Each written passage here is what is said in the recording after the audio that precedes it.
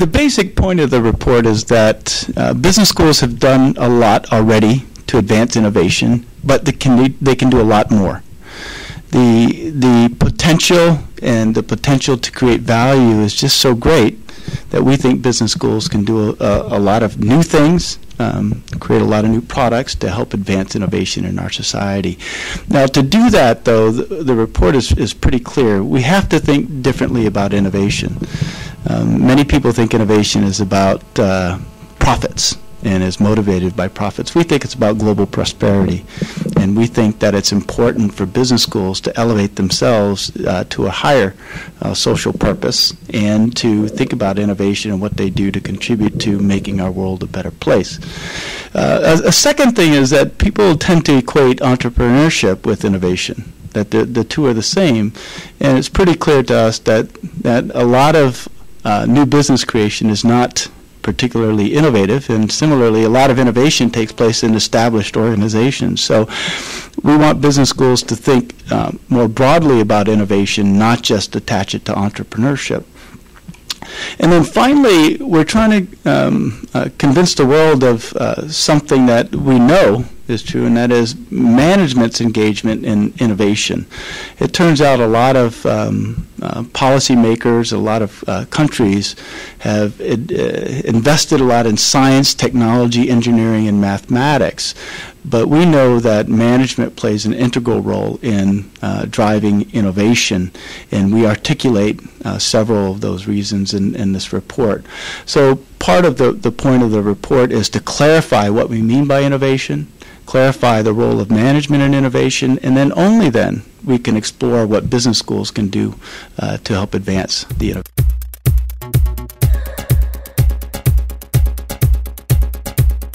Well, when it comes to the core learning objectives of a school, you know, obviously a business school is about a lot of things. Learning is one of them. But when it comes to those that core aspect of learning, we suggest three things in particular. One is that business schools think of management education not just about knowledge transfer, but about skills development. Turns out to help students to foster innovation in the businesses that they'll work for, it's more about skills than it is about what they know. And doing this is very hard, and it involves a lot more experiential learning. So we're pushing this as an opportunity. Secondly, one of the things that we think is important is that schools do more to integrate curricula. You know, schools have been doing this and trying this for a long time, but for the innovation agenda, it's particularly important to have integrated curricula. And what that means is that instead of having a bunch of silos throughout the curriculum and then trying to pull it all together at the end, that from the start we try to help students to understand that to view the organization holistically and to look across the organization and understand all the pieces and how they fit together. Thirdly, we think there's a particularly important role for executive non-degree education. For a couple of reasons. One is that it allows an opportunity to bring more current thinking into the learning. Secondly, it often brings together people from many different perspectives. And there's a theme in our report that innovation occurs at the intersection of perspectives, intersection of different views and ideas. And when business schools convene people from a variety of perspectives, it creates a huge amount of value for innovation. So those three things related to learning. There are other things. For example, the networks that alumni create as graduates of the institution turn out to be pretty important when it comes to innovation, especially as it relates to entrepreneurship, starting new businesses. You need to be able to count on your network of fellow graduates, and often our graduates do. You know, what most people point to right away is productivity growth and jobs, right? And this is great. You know, the more innovative an economy, the more jobs created, the more society's economy grows. The economy grows. But one of the things we think is important is to think beyond that. And we think innovation is even more directly about economic and social prosperity. It's about solving the world's problems even beyond simply productivity and job growth.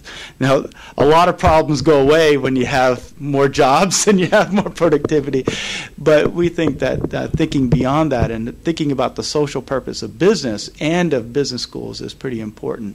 Now, a second thing is that, often when people think about the contribution innovation makes to an economy, they often think about it in a competitive sense. And, sort of it's China against the U.S. or India against China. But when we frame innovation in this report, it's pretty clear to us that innovation in Brazil benefits society, right? The world, not just Brazil. So we encourage people to think about innovation in a social context, not just in a country-specific context, and not just in an economic framework.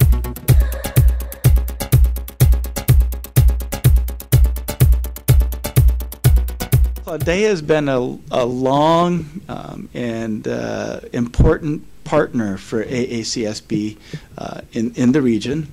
We have developed a relationship of trust and mutual respect that I think this conference is a reflection of. So in many ways, this conference is a reflection of that relationship. But, for AACSB, we are a global organization. But being global today, when most activity is still very much local and regional, we have to have ways of understanding the environment, ways of